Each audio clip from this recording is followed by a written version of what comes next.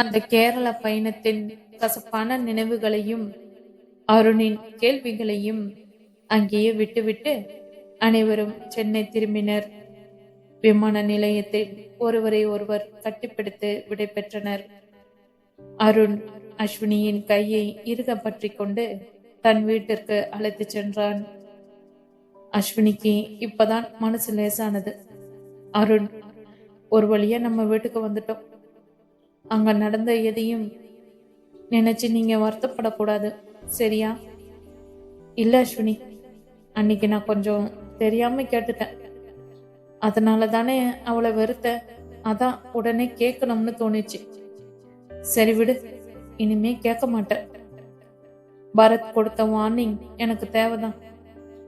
இனி நம்ம வாழ்க்கை உன்னை சுத்தி மட்டும்தான் இருக்கும். அவர்கள் இருவரும் தங்களின் புதிய இல்லற வாழ்க்கையை தொடங்க, மறுபுறம் பெங்களூருவின் அந்த இதமான தட்பவெப்பநிலை பரத் அபர்ணா தம்பதியை வரவேற்றது. அங்கே பரத்தின் அழகிய பங்களாவுக்கு அடைந்தனர். பெட்டி படுக்கைகளை அடிக்க முடித்ததும் ஜன்னல் வழியாக தெரிந்த அந்த பசுமையை பார்த்தபடி நின்றாள் அபர்ணா. பரத் பின்னால் வந்து அவளை தன் அணைப்பிற்குள் சிறைப்பிடித்தான். என்ன கண்ணம்மா? அவள் கண்களை பார்த்து, இன்னும் சோகமா இருக்கியா? அருண் சொன்னதை வச்சு. இல்ல மாமா, அதையே யோசிச்சுட்டு இருக்காத, சரியா என்று சொல்லி அவளை சமாதானம் செய்தான். சென்னையில் விஸ்வாவின் பெற்றோர் தங்களின் மருமகள் இந்துஜாவை வரவேற்க ஆவலுடன் காத்திருந்தனர். விஸ்வா கார் கதவை திறக்க மெல்ல இறங்கினாள். விஸ்வாவின் அம்மா, வாமா இந்து, பார்த்து மெதுவாவா. விஸ்வா, அவ கையை பிடிச்சுக்கிட்டு வாடா. வீட்டிற்குள் நுழைந்ததும் விஸ்வாவின் அப்பா அவளுக்கு பிடித்தமான இனிப்புகளை தட்டில் வைத்து கொடுத்தார். இந்துஜா வெக்கத்துடன் அதை வாங்கி சாப்பிட்டாள். அப்பா, அவளை இப்படி செல்லம் கொடுத்து கேட்காதீங்க, அப்புறம் நான் சொல்றத சுத்தமா கேட்க மாட்டா. விஸ்வாவின் அப்பா, நீ போடா. இனிமேல் இந்த வீட்டுக்கு மகாராணி என் மருமகள் தான். அதுவும் இப்போ அவ விசேஷமா இருக்கா. அவளுக்கு என்ன வேணும்னாலும் நான் செய்வேன். இந்துஜா செய்கையில் ரொம்ப நன்றி மாமா என்று சொல்லி சிரித்தாள். விஸ்வா அவளது மகிழ்ச்சியை பார்த்து தன் கவலைகளை மறந்தான். சில நாட்கள் கடந்தன. வாழ்க்கை அமைதியாக ஓடிக்கொண்டிருந்தது. பெங்களூரில் பரத் தனது பாடும் பணியில் மூழ்கியிருந்தாலும் 1 மணி நேரத்திற்கு ஒரு முறை வந்து அபர்ணாவை முத்தமிட்டு செல்வதை வழக்கமாக கொண்டிருந்தான். அபர்ணா அவனுக்கு பிடித்தமான உணவுகளை சமைத்து போட்டு அவனது மடியில் தலை சாய்த்து தூங்குவதை ஒரு தவமாக செய்தாள். சென்னையில் விஸ்வா அதிகாலை எழுந்து இந்துவுக்கு தேவையான சத்தான உணவுகளை தானே தயாரித்து அத்தை மாமாவின் அரவணைப்பில் அவள் ஒரு பூவை போல மலர்ந்தாள். விஸ்வா மருத்துவமனைக்கு சென்று விட்டு வந்ததும் அவள் அவனுக்காக வாசலிலே காத்திருப்பாள். ஒவ்வொரு நாள் இரவும் 3 தம்பதிகளும் வீடியோ கால் மூலம் பேசிக்கொள்வார்கள். அக்கா, அங்க குளிர்தா? இங்க அருண் எனக்கு புதுசா சமைக்க கத்துத்தரேன்னு சொல்லி சமையலறைய ஒரு வழி பண்ணிட்டார். அபர்ணா சிரித்து கொண்டே, இருக்கட்டும் அஸ்வினி, அருண் மாறாதது சந்தோஷம்தான். நிலா பொண்ணு உடம்பு எப்படி இருக்கு? விஸ்வா உன்னை சரியா கவனிக்கிறானா? இந்துஜா சைகையில் ரொம்ப நல்லா பார்த்துக்கிறார் அப்போ என்று காட்டினாள். விஸ்வா இடைமறித்து, பிரதர், இங்க எல்லாரும் ஒன்னா இருக்கோம். நீங்க மட்டும் பெங்களூர்ல ரொமான்ஸ் பண்ணிக்கிட்டு இருக்கீங்க. சீக்கிரம் சென்னை வாங்க என்றான். பரத் அபர்ணாவை அணைத்து கொண்டே, கண்டிப்பா வருவோம் விஸ்வா. அடுத்த மாசம் ஒரு விசேஷத்துக்காக எல்லாரும் ஒன்னா சேருவோம் என்றான். அந்த அமைதியான நாட்கள் அவர்களின் காதலை இன்னும் ஆழப்படுத்தியது. எந்த தடையுமின்றி, எந்த பழியுமின்றி அவர்கள் தங்களின் இல்லற வாழ்க்கையை அஸ்வினியின் திருமண விடுமுறை முடிவுக்கு வந்திருந்தது. பெங்களூரை தலைமையிடமாக கொண்ட அந்த சர்வதேச விமான நிறுவனத்தில் இருந்து அஸ்வினி மீண்டும் பணியில் இணைய வேண்டிய நாள் குறித்த மின்னஞ்சல் வந்திருந்தது. அஸ்வினி உற்சாகமாக தனது சீருடையை சரிபார்த்து கொண்டிருந்தாள். அருண் அறைக்குள் நுழைந்தபோது அஸ்வினி தனது பைகளை அடுக்கிக் கொண்டு இருப்பதை பார்த்ததும் முகம் சுளித்தான். என்ன அஸ்வினி, பெட்டியெல்லாம் அடிக்காச்சு, கிளம்ப தயாராகிட்டியா? ஆமா மாமா, லீவு முடிஞ்சிருச்சுல, நாளைக்கு காலையிலே பெங்களூர்ல ரிப்போர்ட் பண்ணணும். அங்க போனதும் அக்கா பங்களாக்கு போயிடுவேன். அக்கா கூடவே இருந்துட்டு அப்படியே டியூட்டிக்கு போயிட்டு வரேன். எனக்கு வசதியா இருக்கும். அருண் அப்படியே அஸ்வினியின் கையை பிடித்து நிறுத்தினான். அவனது கண்களில் ஒரு விதமான பிடிவாதம் தெரிந்தது. நீ வேலைக்கு போறதுல எனக்கு அப்ஜெக்ஷன் இல்லை. ஆனா நீ அந்த பரத் வீட்டுல தங்கி வேலைக்கு போகக்கூடாது. இது என் கட்டளை. அஸ்வினி அதிர்ச்சியில் உறைந்து போனாள். அருணின் கையை உதறிவிட்டு அவனது கண்களை நேராக பார்த்து கேட்டாள், என்ன பேசுறீங்க? கல்யாணத்துக்கு முன்னாடி அதே பெங்களூர்ல அக்கா வீட்டுல தங்கி தானே நான் வேலைக்கு போயிட்டு வந்தேன். அப்போதெல்லாம் வராத தடை இப்ப எதுக்கு வருது? அப்ப நீ என் பொண்டாட்டி இல்ல, இப்ப நீ என் கௌரவம். அந்த பரத் இப்போ ஒரு பெரிய பாடகன்னு தன்னை நினைச்சிட்டு இருக்கான். அக்கா தங்கன்னு ஒன்னா சேர்ந்து அவன் வீட்டுல தங்குறது அவனை இன்னும் தலகன ஆக்கும். அவன் நிழல்ல என் பொண்டாட்டி இருக்கணுமா?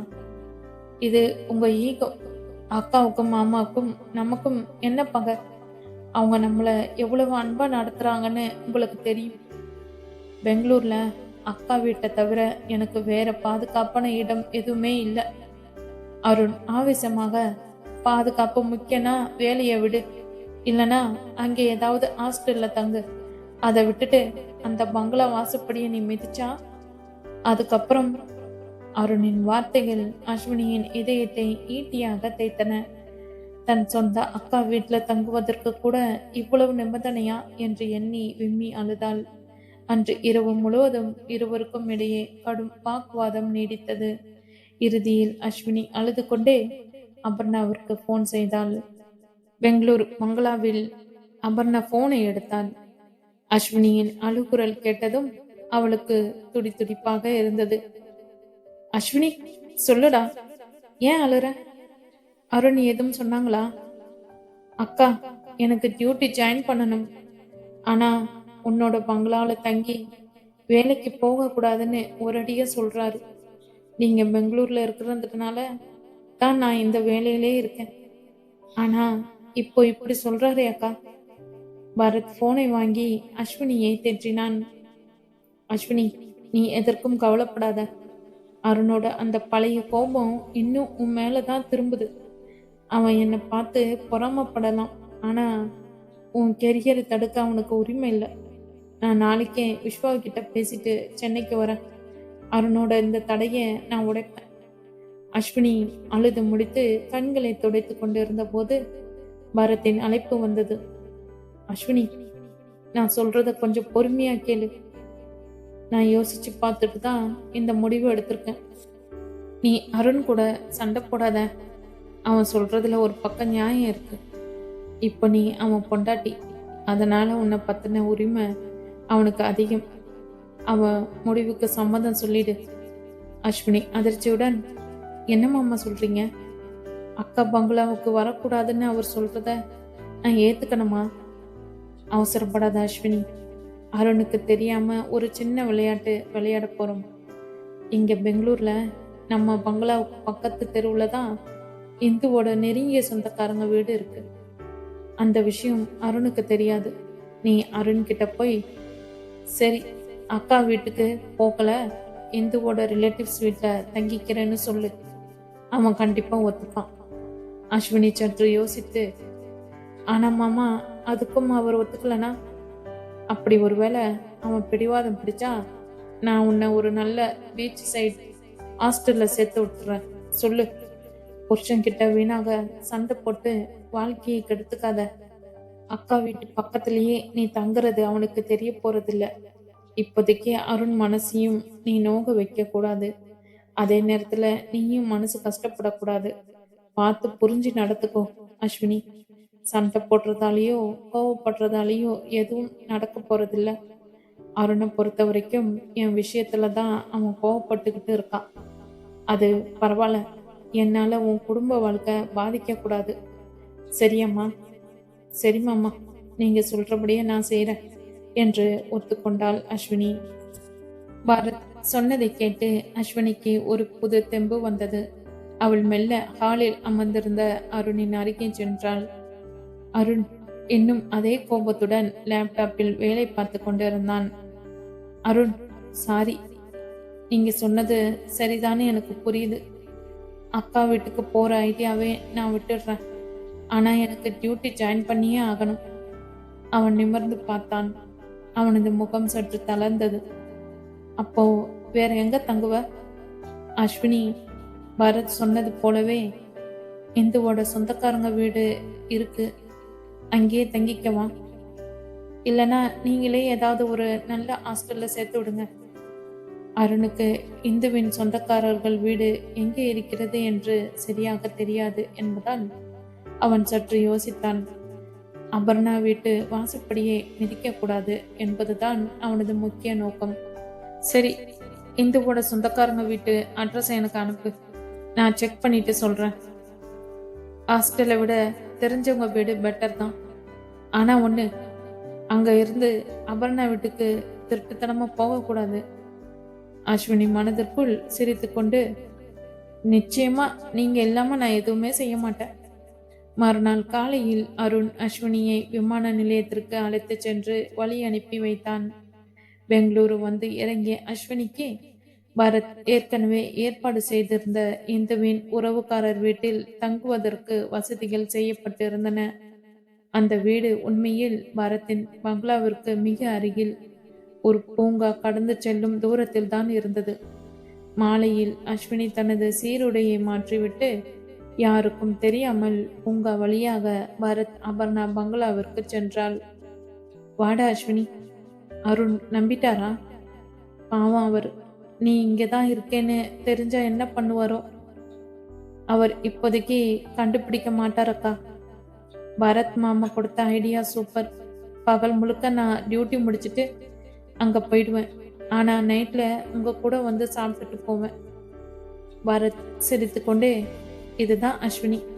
அருணோட ஈகவும் காயப்படல, உன் வேலையும் கெடல. ஆனா ரொம்ப ஜாக்கிரதையா இருக்கணும். அவன் திடீர்னு பெங்களூர் வந்தா சிக்கல் ஆயிடும். மூவரும் சேர்ந்து சிரித்து பேசி கொண்டிருந்த போது அஸ்வினியின் போன் ஒலித்தது. அது அருணின் வீடியோ கால். அனைவரது முகத்திலும் ஒரு நிமிடம் மரண பயம் வந்து போனது.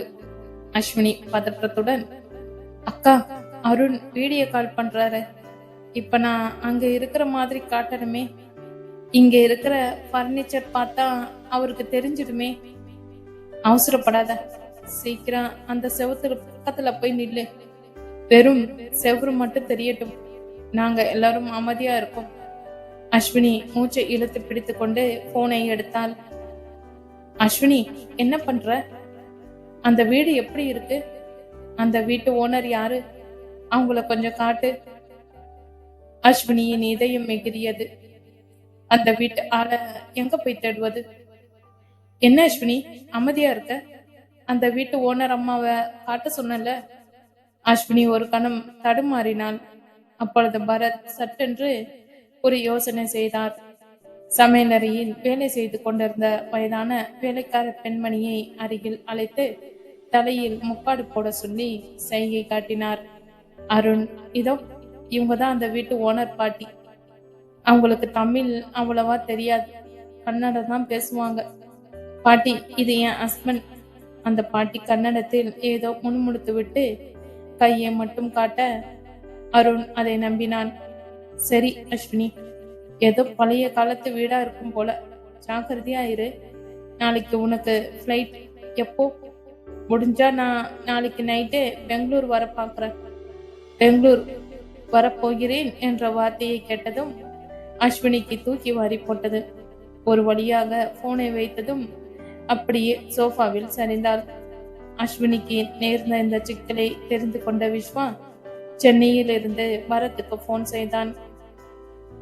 எர்மமாடு, நீ பண்றது கொஞ்சம் ரிஸ்கான விளையாட்டு. அருண் அவன் நினைச்சா அஸ்வினியோட லொக்கேஷனை வச்சு கூட கண்டுபிடிச்சிருவான். அஸ்வினிய தனியா அந்த பக்கத்து வீட்டிலே இருக்க சொல்லு. நீங்க அடிக்கடி அங்க போகாதீங்க. டே விஸ்வா, நாங்க எல்லாரும் ஜாக்கிரதையா தான் இருக்கோம். ஆனா அருண் ஏன் இவ்வளவு பிடிவாதமா இருக்கான்னு தான் புரியல. அபர்ணா அவனுக்கு என்ன பாவம் செஞ்சா? பரத் பேசிக்கொண்டு இருக்கும் போதே அபர்ணா அங்கே வந்து நின்றாள். அவளது கண்கள் கலங்கி இருந்தன.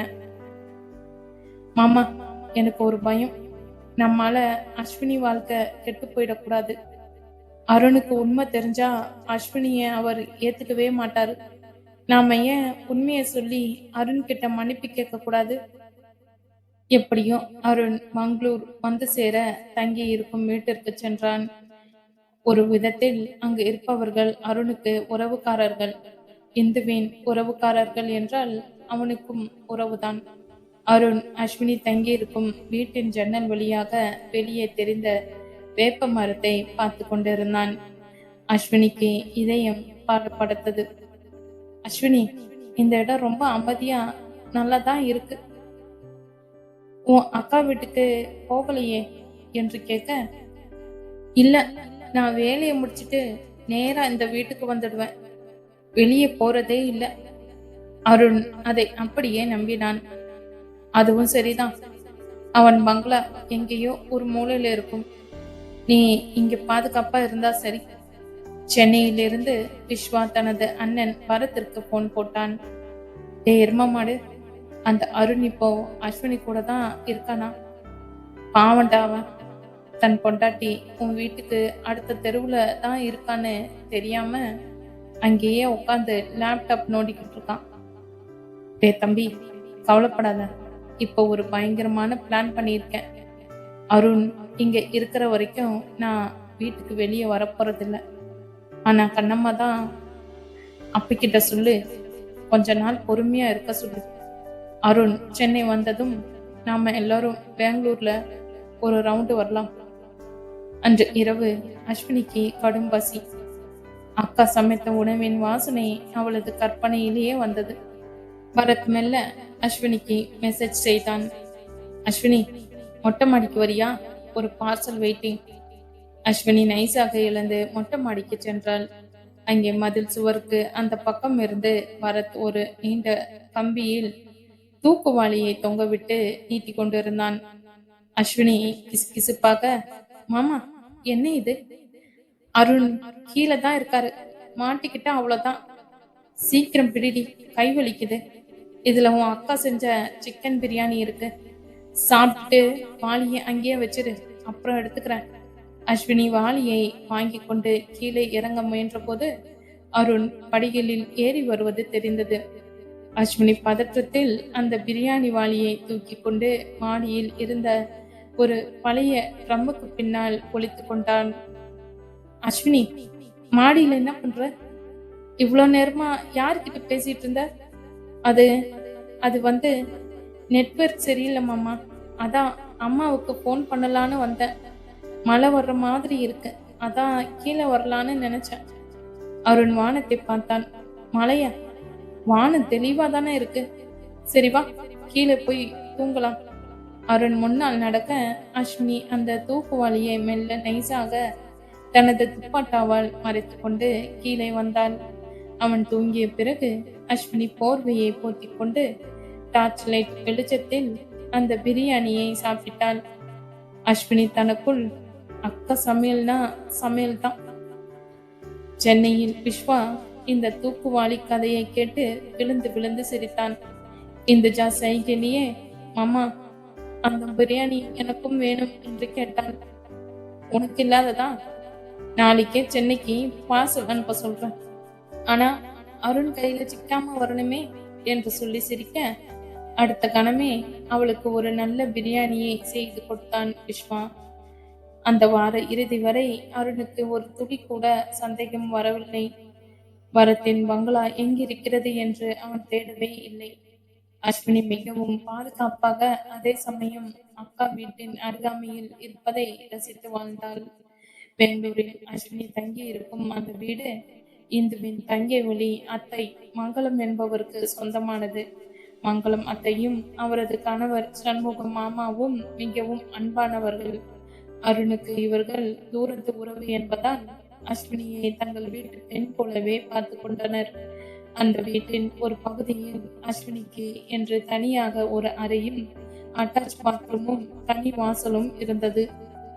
அஸ்வினி எப்பொழுது வேலைக்கு செல்கிறாள், எப்பொழுது வருகிறாள் என்பதே அவர்களுக்கு தெரியாது.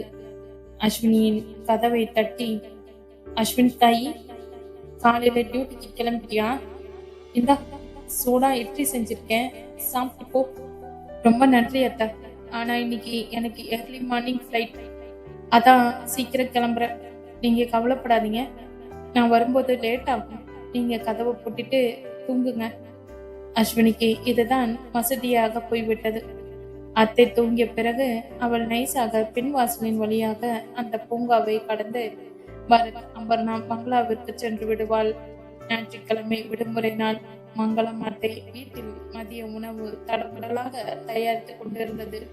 அஸ்வினி அத்தையோட அமர்ந்து காய்கறி நறுக்கி கொண்டிருந்தாள். அப்பொழுது மதில் சுவருக்கு அந்த பக்கம் இருந்து ஒரு விசித்திரமான விசில் சத்தம் கேட்டது. அது பரத் ஸ்பெஷல் விசிட். சண்முகம் வந்த. என்ன மங்களம், இந்த ஏரியாவுல ஏதோ புதுசா குருவி கத்துற மாதிரி இருக்கு, சத்தம் வித்தியாசமா இருக்கே. அஸ்வினி பதற்றத்துடன் அது அது வந்து மாமா, பெங்களூர்ல இருக்கிற ஒரு வகை மியூசிக் பேர்ட், அது அப்படிதான் கத்தும். பாரத் சுவருக்கு அந்த பக்கம் இருந்து குசும்பாக ஒரு சின்ன கல்லை அஸ்வினியின் பக்கம் எறிந்தான். அதில் ஒரு சீட்டு இருந்தது. சீக்கிரம் அக்கா வீட்டுக்கு வா, ஐஸ்கிரீம் பார்ட்டி வெயிட்டிங். அஸ்வினி அந்த சீட்டை நைஸாக தனது பாக்கெட்டில் மறைத்தாள். அஸ்வினி, அருண் தம்பிக்கு போன் பண்ணியா? அவன் எப்போ வரேன்னு சொன்னான்? பாவம், கல்யாணம் முடிச்ச கையோட உன்னை இவ்வளவு தூரம் வேலைக்கு அனுப்பிட்டு அவன் சென்னையில தனியா இருக்கான். அவர் வேலையில பிஸியா இருக்கார் அத்தை. அப்புறம் என் அக்கா கூட இங்கதான் இருக்காங்கன்னு அவருக்கு தெரியும், அதான் தைரியமா அனுப்பி வச்சார். மங்களம் அத்தைக்கு அஸ்வினியின் அக்கா அபர்ணா யார் என்று தெரியாது. அஸ்வினியும் அதை மூடி மறைத்தாள்.